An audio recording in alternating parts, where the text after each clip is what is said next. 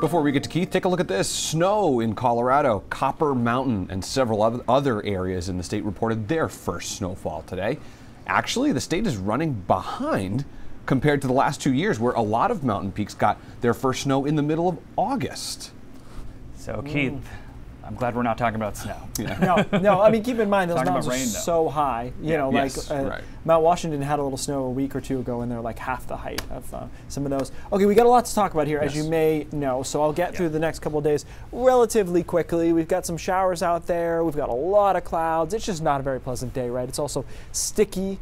And there's some drizzle along the immediate coastline. Cloud cover really quite thick. That'll stay the case overnight tonight. Interesting little side note, with temperatures right now in the upper 60s and low 70s, we don't really drop much at all tonight because nothing changes. We didn't get any sun to begin with. So we end up kind of at the same temperature all night tonight. A lot of clouds, a couple of sprinkles around.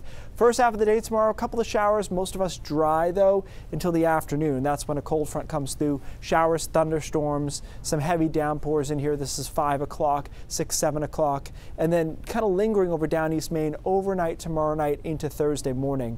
So by Thursday morning you wake up and western Maine will be cleared up, but still raining over down East Maine. It'll sequentially clear through the day, and most of us will have a nice afternoon into the mid-70s. And actually, Friday looks like the best day of the work week, not even close. Mixture of sun and clouds, upper 60s, a little coolish. And by that point, we'll be seeing some of the rip currents from Lee, which is what we really want to talk about, right? This is Hurricane Lee. Category 3 right now, winds at 115 miles an hour, gusts to 140. Just to put in perspective, latitude, we're basically checking in straight on with Miami, so we've got a while to go.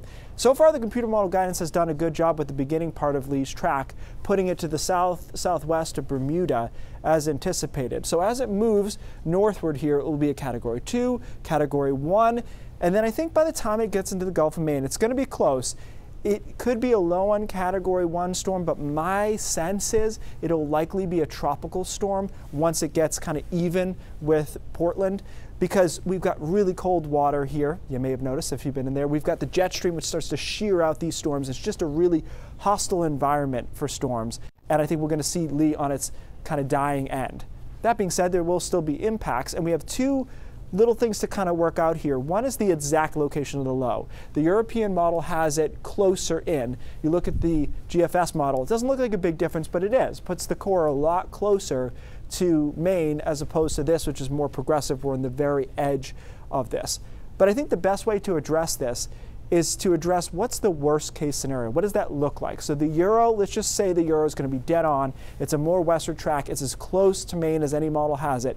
What does that look like? Well, it looks like rain, obviously, on Saturday, big swells up to 20 feet offshore, and also strong winds. But the winds we're talking here are probably 50 to 55 miles an hour, maybe as high as 60, but I don't think they go higher than that. And so what's not on the table, to be clear about this, is a 90, 100 mile per hour wind event. And I think when people hear hurricanes, that's what they think. And I think we need to be clear that that's not on the table here.